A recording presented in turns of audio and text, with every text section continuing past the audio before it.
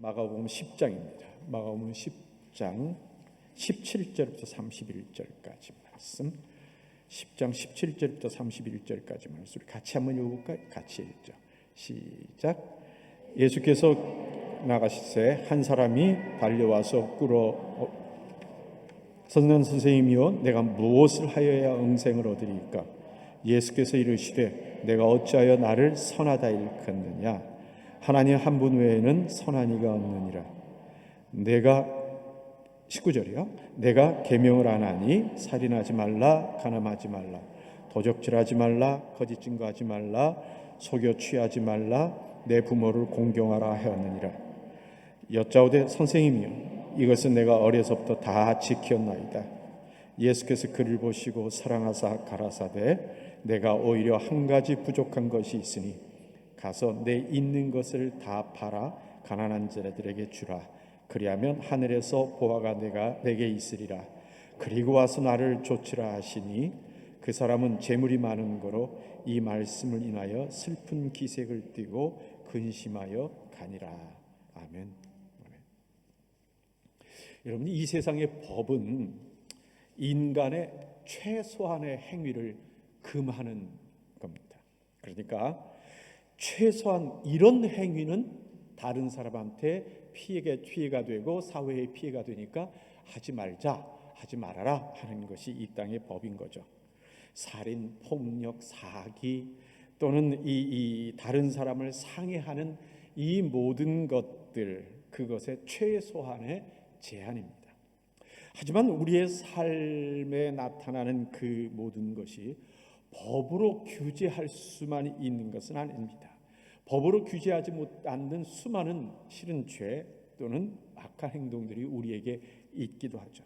여러분, 생각으로 짓는 죄는 벌을 할 수 없습니다. 또 직접 해를 가하지 않는 죄는 벌하기도 어렵고요.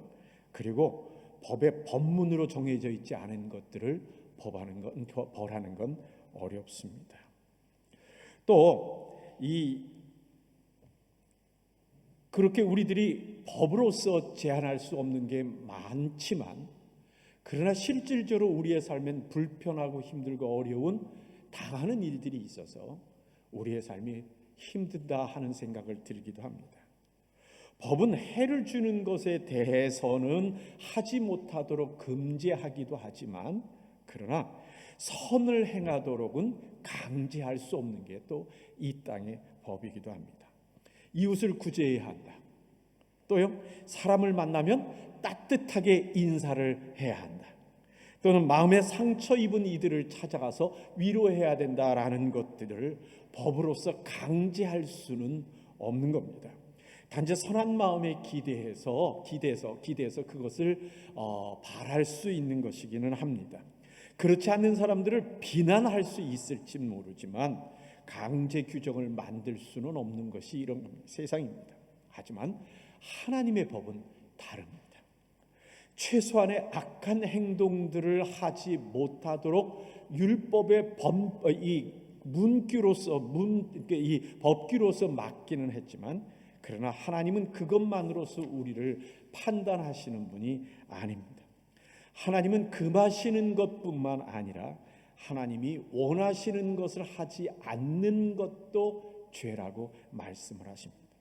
성경에 나타난 죄가 뭐냐라고 하는 말을 할 적에 우리는 이미 여러 번 들어서 알고 있으리라고 생각합니다. 죄의 의미는요, 관역에, 표적에, 타겟에 맞지 않은 모든 것을 다 죄라고 말합니다. 사진 한 장 그림 한번 볼까요?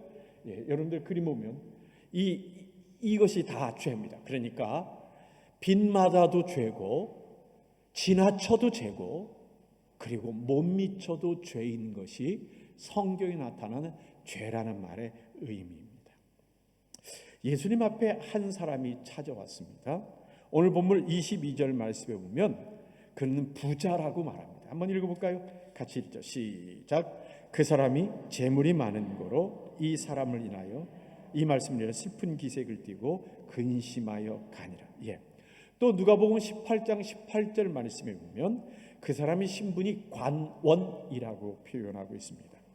여기서 이 관원이란 말은 우리 보통 얘기하는 공무원이라는 말과는 좀 다른 단어입니다. 성경에서는 이 말이 쓰이는 것은 어느 때냐면 그 이스라엘 유대 사회의 지도자를 이야기할 때 표현하는 말이기도 합니다. 어떤 해석하는 이들은 이 관원이란 말이 그 당시에는 지금의 직책으로는 국회의원에게 사용되는 말이었다라고 해석하기도 합니다. 그러니 다른 이들과 구별되는 풍요로움과 그리고 명예 있는 삶을 살았던 사람입니다. 그런 그가 지금 예수님께 달려와서 무릎 꿇고 구하고 있는 겁니다. 오늘 찾아온 이 사람에 대해서 예수님께서는 마음에 부정적인 마음을 갖고 있지 않으심을 보게 됩니다. 21절 말씀 같이 한번 읽어볼까요? 같이 1절 시작. 예수께서 그를 보시고 사랑하사 가라사대 내가 오히려 한 가지 부족한 것이 있으니. 거기까지 읽죠. 예수님 뭐라고 마음이 어떠십니까? 그를 보고 사랑하는 마음을 갖고 계신다라고 성경이 표현하고 있는 겁니다. 대화하는 중에 예수님이 그 사람의 답을 듣고 가지신 마음을 지금 표현하고 있는 겁니다. 중심을 보시는 예수님인 것을 우리가 알진데 그 찾아온 사람에 대하여 예수님이 어떤 마음인지 우리는 생각할 수 있고 그 사람이 예수님을 대하는 그 모습 또한 진심으로 대한다라고 하는 것을 우리가 충분히 생각해 볼 수 있는 겁니다. 그가 예수님을 찾아온 목적이 뭐죠? 17절 말씀 같이 한번 읽자. 같이 읽을까요? 시작. 예수께서 길을 지나 나가실새 한 사람이 달려와서 꿇어 앉아 묻자오되 선원 선생님이여 내가 무엇을 하여야 영생을 얻으리까? 선한 선생님이여 내가 무엇을 하여야 영생을 얻으리까? 라고 질문합니다. 어떻습니까? 질문 자체도 상당히 고상하고 그리고 깊습니다. 사회적으로 높은 신분을 가지고 있고 또 많은 재물을 가지고 있는 사람인데 그것에 만족하여 살아가는 것이 아니라 또 무엇을 찾아요? 진리를 찾고 그리고 구원의 길을 찾는, 영생의 길을 찾는 그 사람의 모습입니다. 그러니까 우리 표현대로 말하면 구도자적인, 도를 찾는 자적인 그러한 올바름을 찾아가는 그러한 이 칭찬받을 만한 사람이라고 할 수 있는 겁니다. 오늘 말씀 19절 말씀 다시 한번 읽어볼까요? 19절 시작.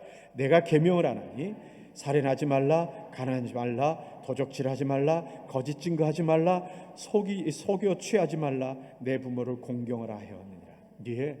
그 사람의 질문을 듣고는 예수님께서 뭐라고 대답하시냐면 10계명의 5계명부터 10계명까지의 사람과 사람 사이에 지켜야 될 법에 대한 이야기를 하십니다. 여러분, 이 계명이 5계명부터 10계명까지 예수님이 얘기를 하셨습니다. 그 당시에 이 5계명부터 10계명까지의 말씀을 지키는 사람들이 얼마나 되겠습니까? 아니, 요즘은 어떻다고 생각하십니까? 여러분, 지금 10계명의 5계명부터 10계명까지의 말씀을 그의 삶에 지켜나가는 사람들은 얼마나 될까요? 그리 많지 않으리라고 생각을 합니다. 힘이 있으면 착취를 하고 억압하는 것을 자연스럽게 생각하는 세대고요. 또 가진 것이 많으면 갖지 않은 사람들을 멸시하거나 또는 자기가 가졌음에도 불구하고 더 가지려고 착취하고 그 다음에 수단과 방법을 가리지 않는 이런, 그래서 얻으려고 하는 사람들로 가득 찬 이 주변의 환경 속에서 5계명부터 10계명까지의 하나님의 계명들을 지켜나간다는 것은 참으로 어려운 것이라는 것 우리 모두가 알고 있습니다. 특히나 이 5계명인 내 부모를 공경하라라는 너무 지극히 당연한 이 계명조차도 지키지 않는 이들이 많은 이 세대, 그래서 이 세상을 슬프게 만드는 세대인 것은 우리 모두가 알고 있는 바입니다. 여러분, 20절 한번 다시 읽어보죠. 같이 읽을까요? 시작. 여짜오되 선생님이여 이것을 내가 어려서부터 다 지키었나이다. 부자가 예수님께 뭐라고 대답을 해요? 예수님이 이것 지켜야 한다라고 말씀하시니까 나 그거 어려서부터 다 지켰던 겁니다 라고 얘기합니다. 참 놀라운 대답 아닙니까? 이렇게 말하려면 최소한 그가 살았어야 되는 삶의 모습은 어떤 걸까요? 우리가 생각해 볼 수 있습니다. 그가 삶을 살아가면서, 아니 이것을 과장되고 거짓으로 말하는 것이 아니라면 그가 자기의 삶에 대해서 착각하고 있는 것이라고 하지 않는, 그 착각하는 것이 아니라면 그가 어떤 삶을 살았을까 하는 것을 우리는 충분히 생각해 볼 수 있습니다. 좋은 교육을 받았을 수 있습니다. 올바른 규범 가운데서 살아온 사람이라고 얘기할 수 있는 겁니다. 남에게 해를 주는 삶을 선택하지 않았을 것이고요. 그리고 그 스스로가 자기에게 주어진 것에 만족하는 삶을 살았던 것이 분명할 겁니다. 또 부모를 공경하고 부모의 말씀에 순종하고 귀를 기울였던 삶을 살았을 것 또한 분명합니다. 많은 것을 가진 가정에서 자란 사람, 부족함이 없이 마음껏 쓸 수 있는 가정에서 자란 사람들에게 보통 나타나는 모습 중에 하나가 교만과 그리고 무례함인데, 이 부자에게는 예수님께 달려와 이렇게 무릎을 꿇고는 영생을 구하는 길을 찾는 것을 보니까 그에게는 그러한 교만과 무례함이 보이지 않구나라는 생각을 해볼 수 있습니다. 이렇게 영혼까지 갈구하는 이 사람, 확실히 충분히 칭찬받을 만한 사람입니다. 이 사람의 대답을 들으시고 예수님께서 뭐라고 말씀하세요? 사랑하셨다고 말씀을 하십니다. 그러니 우리가 이 사람의 대답이 외식적이다 또는 위선이다, 거짓이다, 과장됐다라고 말해야 될 이유는 없는 겁니다. 그 삶 자체로 그 부모에게도 칭찬받을 만하고 주변 사람들에게도 존경받을 만하다라고 우리는 생각해 볼 수 있는 겁니다. 그런 그에게 예수님께서 깊은 도전을 한 가지 하십니다. 오늘 말씀 21절 22절 말씀 다시 한번 읽어볼까요? 시작. 예수께서 그를 보시고 사랑하사 가라사대 내게 오히려 한 가지 부족한 것이 있으니 가서 내 있는 것을 다 팔아 가난한 자들을 주라. 그리하면 하늘에서 보화가 내게 있으리라. 그리고 와서 나를 좇으라 하시니 그 사람은 재물이 많은 거로 이 말씀을 인하여 슬픈 기색을 띠고 근심하여 가니라. 내게 오히려 한 가지 부족한 것이 있으니. 예수님 지금 영생의 길을 찾는 이 사람, 평생 율법을 지키며 살았다라고 예수님 앞에 나와 무릎 꿇고 대답하는 이 사람에게 율법이 아닌 하나님의 마음에 대한 이야기를 끄집어내고 있는 겁니다. 그는 모세에 의해서 쓰여진 그 법을 지키는 것이 하나님 앞에서 살아가는 올바른 삶이라고 자신 있게 이야기를 하는데, 예수님은 그에게 법을 만들어서 우리에게 주신 그 하나님의 마음이 무엇인가 하는 것을 우리에게 말씀하고 계시는 겁니다. 우리가 이 땅에서 살아가면서 신앙생활을 하기 위해서는요, 성경의 가르침을 이 삶으로 옮기는 데 있어서는 형식의 어떠한 모습들이 필요한 것 우리 모두 알고 있습니다. 우리가 하나님께 예배를 합니다. 진심으로 하나님께 예배를 하는 데 있어서도 그 예배를 드림에 형식을 만들어서 우리가 지금 행하고 있는 것을 알고 있습니다. 형식이 없습니다. 형식이 없으면 껍데기 없는 과일 같아서 그냥 놔두면 곧바로 썩어버리거나 망가져버리는 것을 우리가 압니다. 그래서 오늘도 우리는요, 정해진 예배의 형식을 만들어서 그 순서 하나하나에 온 마음을 다하면서 정성을 다하여 지금 우리가 예배를 드리고 있는 겁니다. 예전 교회에서 청소년 주일학교를 가르치던 여러 교육자들이 있었어요. 그런데 제가 목회하던 그곳 샌디에고는 이 남 캘리포니아란 말입니다. 거긴요, 우리 로마만큼 덥죠. 1년 이 여름에는 뭐 우리는 오후에 비례도 내려서 온도라도 내리는데 아예 그것도 없는 사막 기후니까 하도 더워서 보통 그 양복을 주일날 잘 안 입고 옵니다. 양복 입은 사람을 보면 교역자인 줄 압니다, 사람들이. 그래서 전도사님이세요, 목사님이세요 이러고 물어보는 일들이 있습니다. 동부는 달라요. 동부는 그 정장을 하는 것을 원칙으로 삼아서, 그래서 동부에서 서부로 이사 온 사람들은 주일날 올 때 양복을 착 입고 옵니다. 근데 서부에 워낙 산 사람들은 그렇지 않은 모습을 갖거든요. 슬리퍼만 아니면 샌들을 신는 것도 그리 뭐라고 하지 않는 것이 그때 그 보통의 모습이기도 합니다. 그런데 이 아이들을 대할 때 이 교육자들이 양복을 다 갖춰 입고 있게 되면은 아이들하고 친밀하게 예배하기 어려운 것 때문에 좀 이렇게 캐주얼하게 좀 편한 옷을 입는 것을 허락을 합니다. 그런데 간혹 이렇게 교육자들이 이렇게 보다 보면요, 마음에 들지 않는 모습들을 볼 때가 있습니다.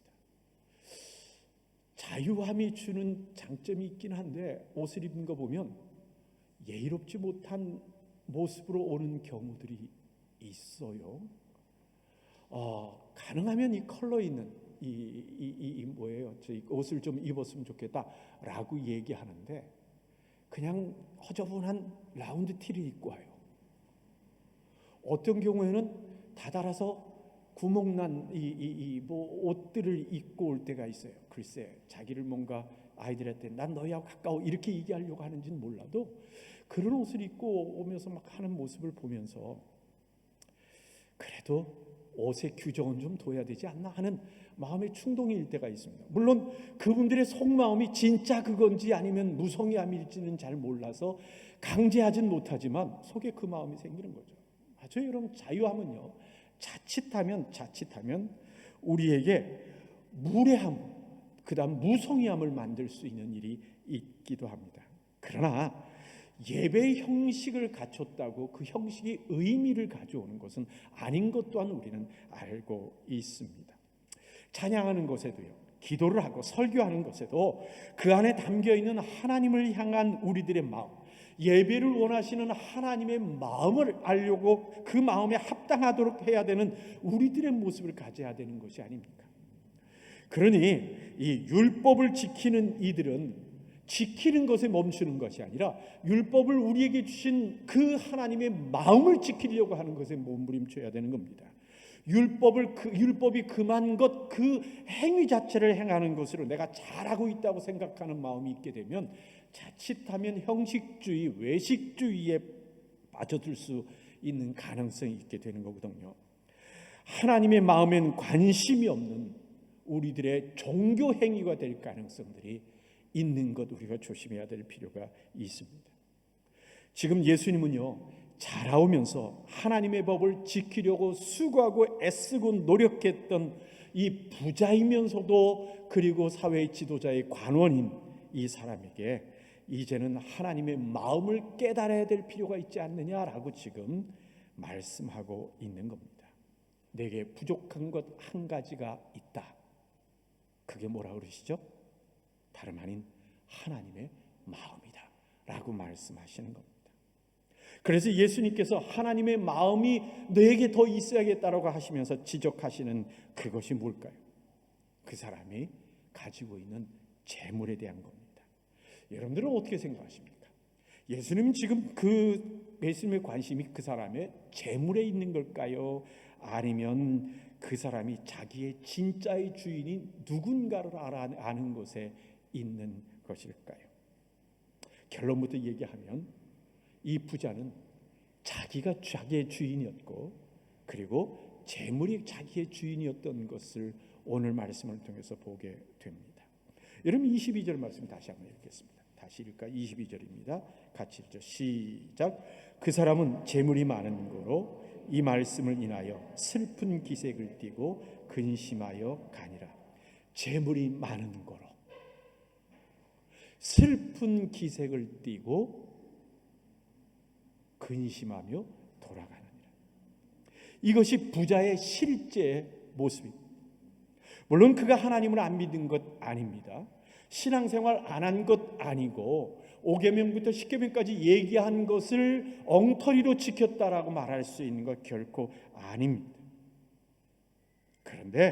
그런데 예수님께서 누가 내 주인이냐라고 물어보시는 그 질문에 대한 대답은 뭐라고요? 재물입니다 라고 지금 행동으로 보여주고 있는 겁니다. 그러니 예수님께서 말씀하신 오히려 한 가지 내게 부족한 것이 있으니 라는 것, 그것이 뭐라고 지금 그 스스로가 고백하고 있는 겁니까? 다름 아닙니다. 하나님이 주인 되심입니다. 그의 영생을 위한 갈구가 거짓 아닐 겁니다. 그의 율법을 지켜온 그의 노력이 거짓이 아닐 겁니다.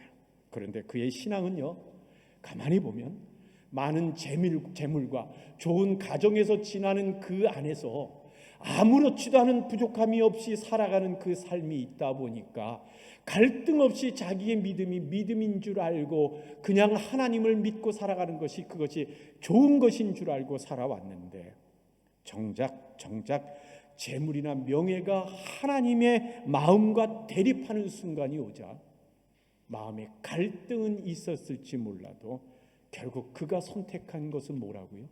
재물을 선택하고 만 겁니다.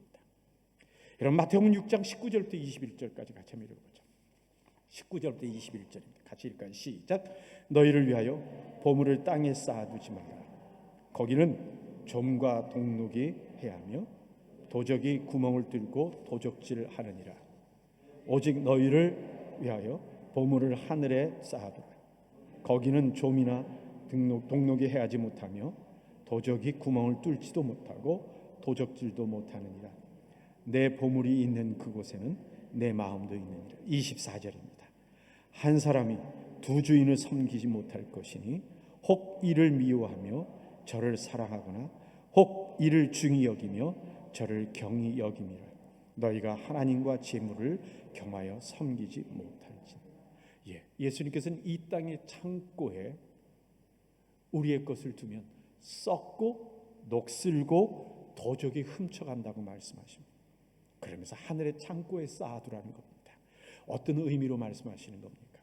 여러분 이 땅에 쌓아두면요 결과적으로 그건 나에게 소용 있게 사용되지 못한다는 말씀을 하시는 겁니다. 좋은 예가 최근에 있었습니다. 삼성의 회장이었던 이건희 씨, 그분이 돌아가시면서 유산 정리하는 일이 있었어요. 뉴스에 나오기는 그분이 평생에 모아둔 예술품이 몇 점이요? 25,000점이 된다고 그러죠. 그 가치가 얼만큼이요? 3조 원이라고 말을 합니다. 이 3조 원이란 말 여러분 계산을 하세요?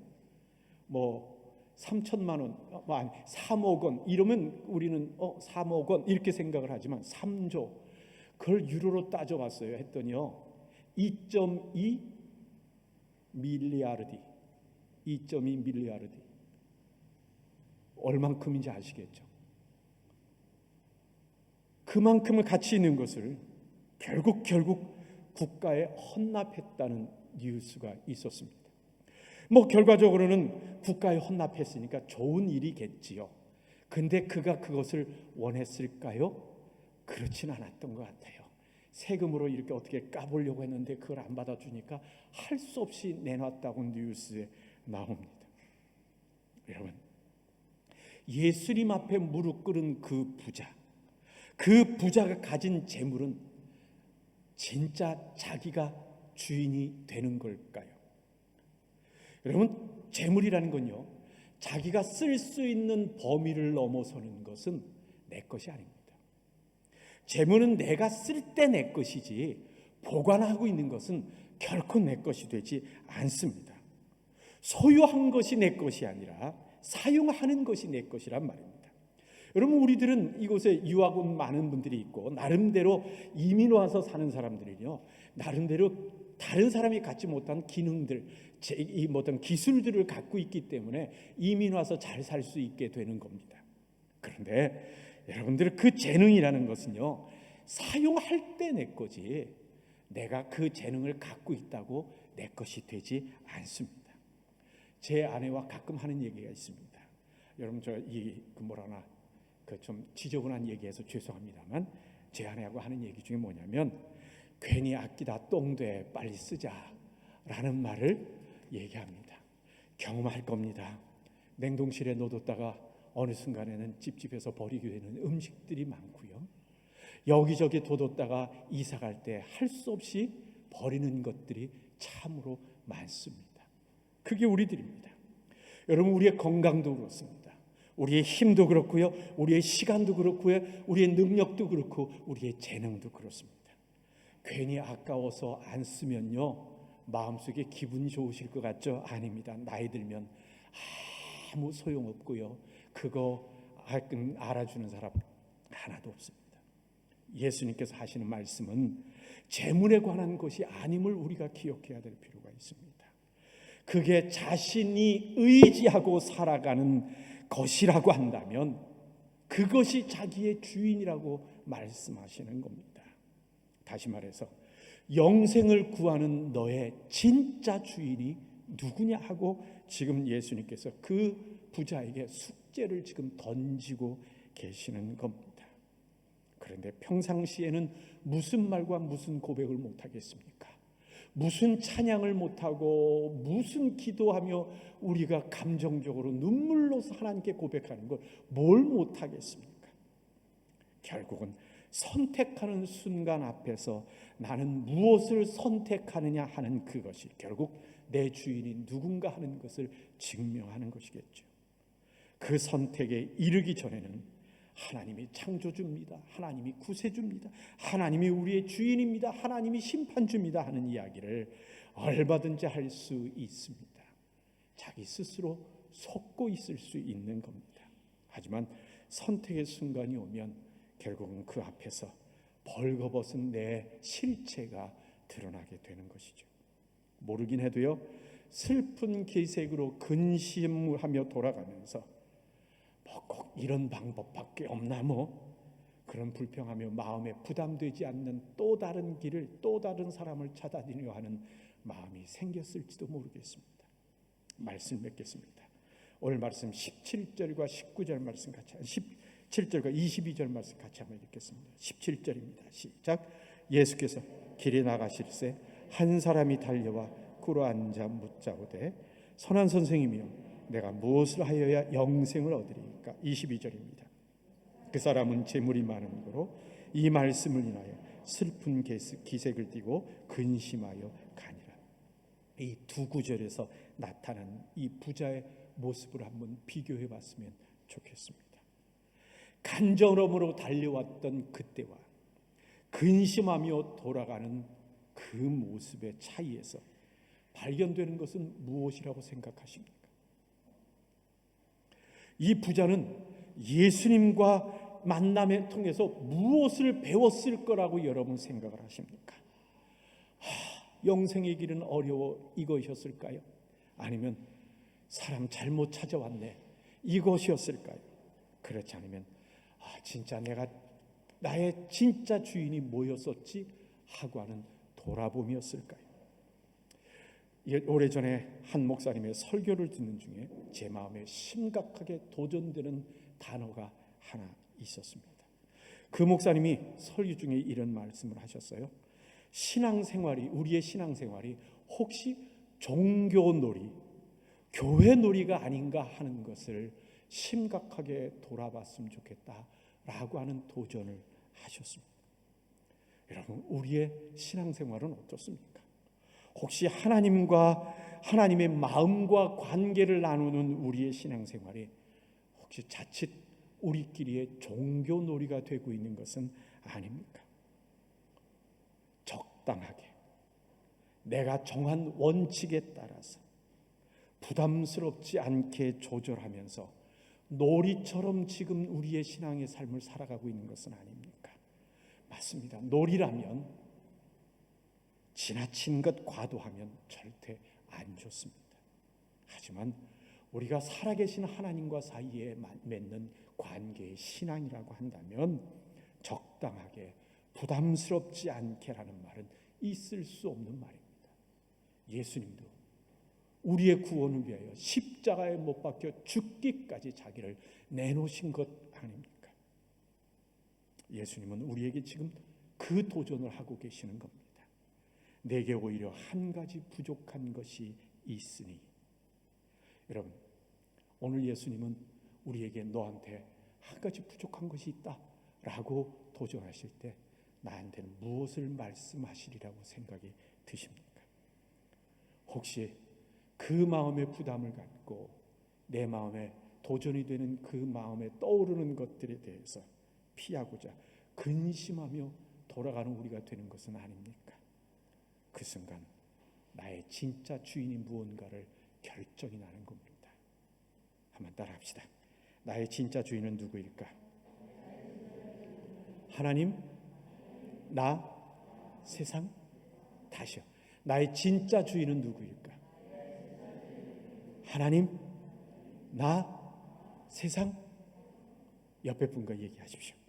당신의 진짜 주인은 누굽니까? 하나님, 당신, 세상.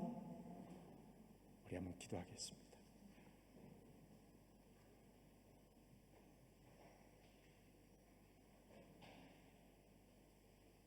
예수님이 우리에게 물으실지 모릅니다. 우리가 예수님 앞에, 예수님, 나는 어려서부터 지켰습니다. 어려서부터 교회 다녔고, 어려서부터 교회 안에서 열심히 살았고, 그리고 지금까지도 하나님이 정하신 것들을 잘하고 있습니다 라고 대답할지 모릅니다. 나는 교회 안에서 살아오는 것 때문에 세상에 재미있는 것 별로 해보지 못했고요,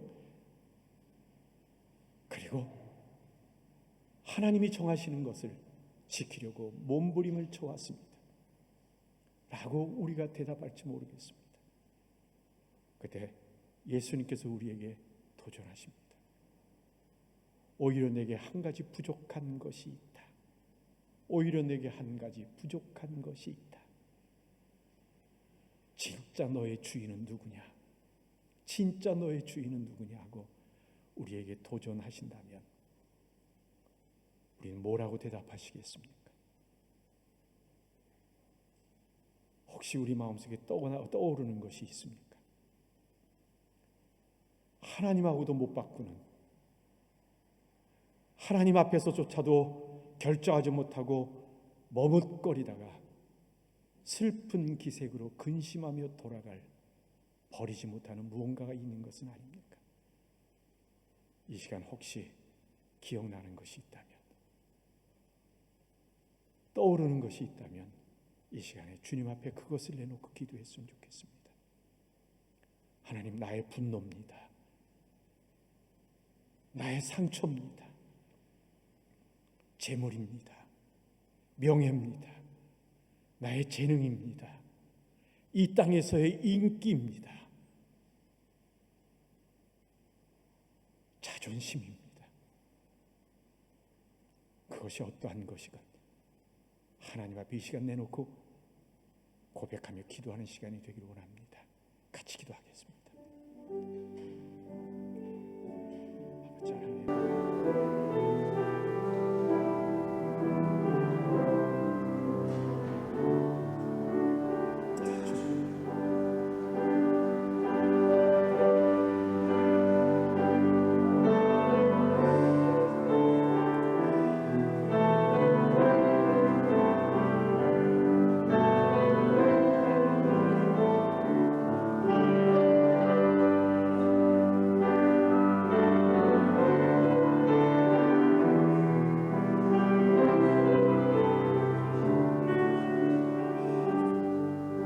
아버지 하나님, 나의 죄의 누군가를 깊이 돌아보는 이 시간 되게 하여 주옵소서.